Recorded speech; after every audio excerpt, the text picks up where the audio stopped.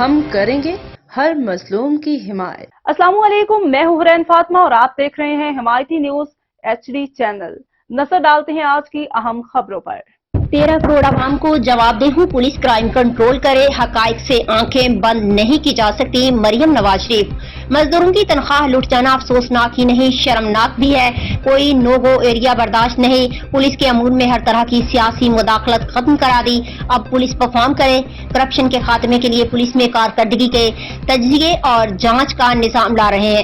صوبے بھر میں کرائم ریٹ کو ہر صورت نیچے لانا ہوگا، جرائم زیادہ ہو تو عوام ریفارمز اور ڈیولپمنٹ بھول جاتی ہے۔ پولیس قربانیاں بھی دے رہی ہے مگر کالی بھیڑیں بھی ہیں۔ DPO کرپٹ اہلکاروں اور جرائم پیشہ افراد سے ڈسٹرکٹ کو پاک کریں۔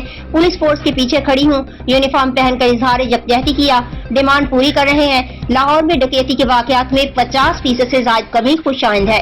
10 افراد کو ہجوم سے بچانے اور باحفاظت نکالنے پر IG RPS سرگودا اور DPO کو سراہتی ہوں۔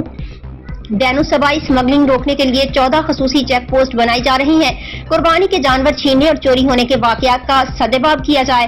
وزیر اعلیٰ مریم نواز کی زیر صدارت اجلاس، امن و امان کی مجموعی صورتحال اور پولیس کی کارکردگی کے بارے میں بریفنگ۔